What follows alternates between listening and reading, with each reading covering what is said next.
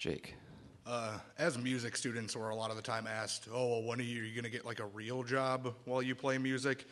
Was there any point where you had a career that you could have taken, but you said, no, I'm just going to do music and I'm not going to conform? As soon as I graduated from high school. I had a chance with a bunch of buddies of mine out in Waukesha that I grew up with to mow lawn in a graveyard, to work out at the graveyard out in Waukesha. And it was a really great job, and I was really tempted to do it because there was benefits, there was all that pension and all of that.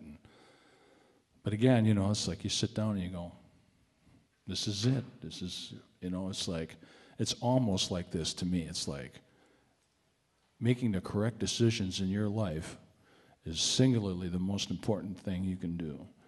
And I taught my children this too. Like, okay, you can choose this car, you can choose that car, this baseball glove, that guitar, you know. So it's like making choices.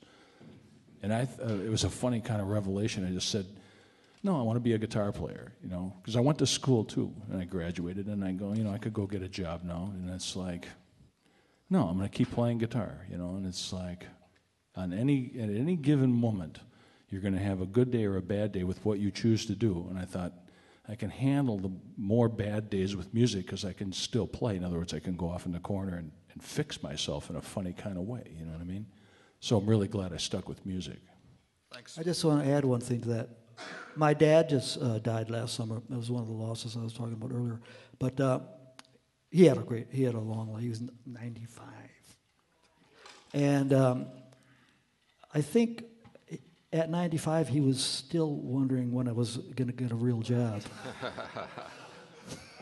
It's funny you should say that because my mom said the same thing. My mom said, you know, aren't you going to do something, you know?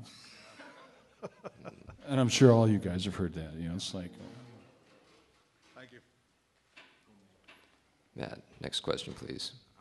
In reference to the bad days that you were talking about in general, or as a music professional, what would you say are those?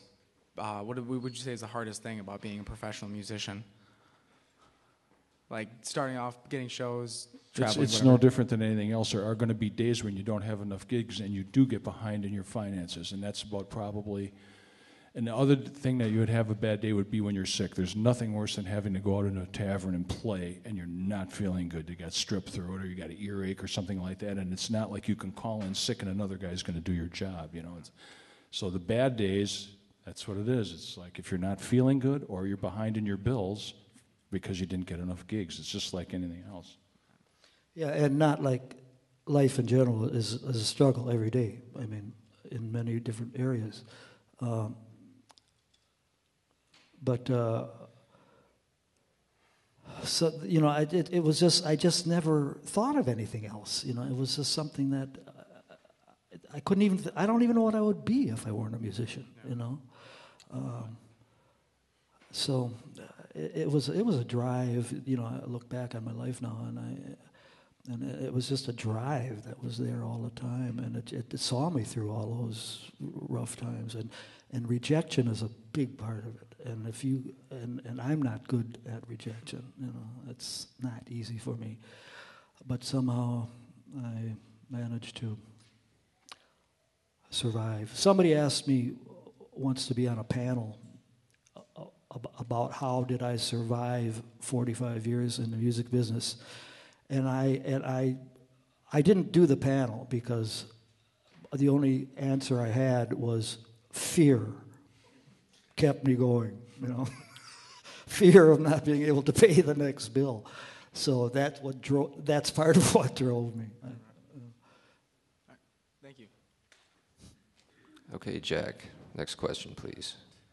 You guys said that you're not really bluesmen. What's your opinion on the bluesman soul-selling myth? Is that like a metaphor, or is that something a little more real? Robert Johnson, Crossroads myth. Yeah, the Crossroads myth. Oh, you knew a lot of the big jazz. that's between Bob and God. I don't, and the devil maybe. Is that what you were talking about, Robert Johnson? Yep. I don't know. I'm not. Once again, all I can... I wasn't there. You wasn't there. I think the guy went away and he practiced a lot and came back and he was fully developed. It's like he took time out of his life to stop and burn it up, and then he had the gift and he just kept fashioning it until he became himself. So more of the metaphor is that. Chris.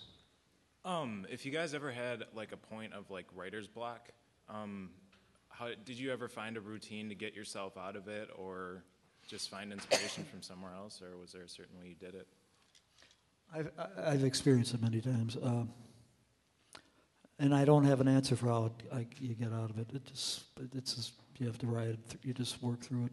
You just found a way back into it. And then nothing magical, I mean, there's no formula for getting out of writer's block. But and was it easier or harder for you during like the harder times?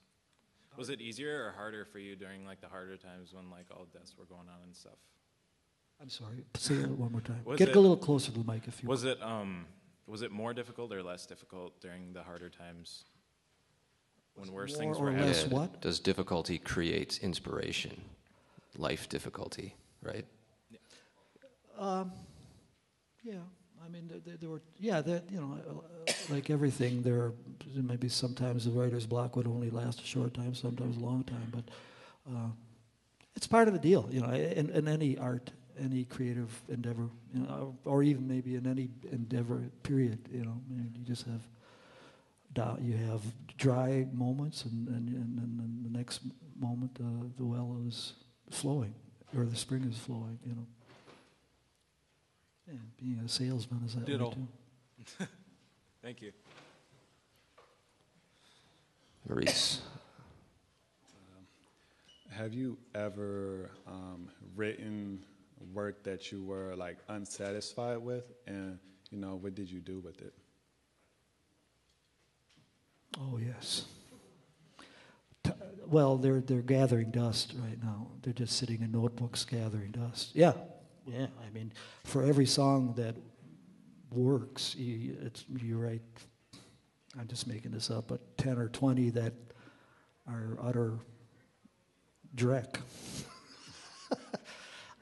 Yeah, that's part of the deal too. You just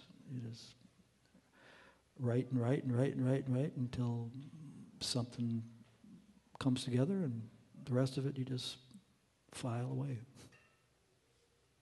Does that answer your question? Thank you. Yeah.